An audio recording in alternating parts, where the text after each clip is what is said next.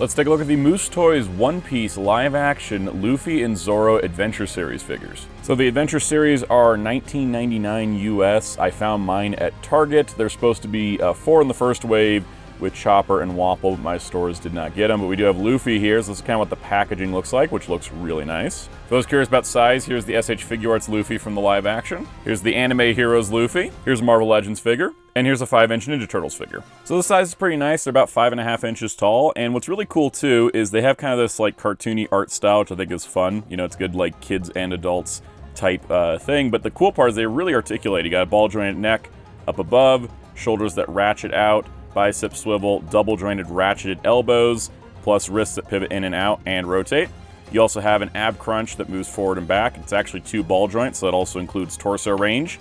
The shirt is an overlay piece. You get hips that move out and forward and a little bit back. They are on a ball joint, so it gives a pseudo thigh swivel. Then you got a double jointed knee joint there, which is really, really nice.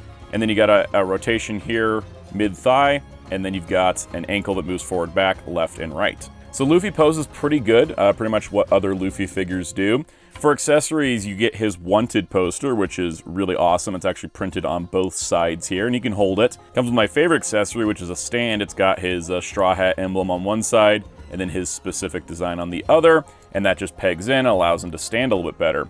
But of course, this boy needs to stretch. So the legs and the arms swap out nice and easy, and now you've got bendy rubber arms and legs to pose them however you wish into whatever poses you like. And I think that's pretty great for a Luffy figure to come with. So the other one we're looking at is Zoro, and he looks really nice. This is a look we don't get for Zoro that often. He's got pretty much the same articulation range as Luffy. Head, shoulders, elbows, double jointed, bicep swivel, wrist pivots. He's got a similar torso joint, but he's got a little bit more of a overlay piece here, but he's still got movement, hips that move out, forward, and double joint. His double joint a little bit better even.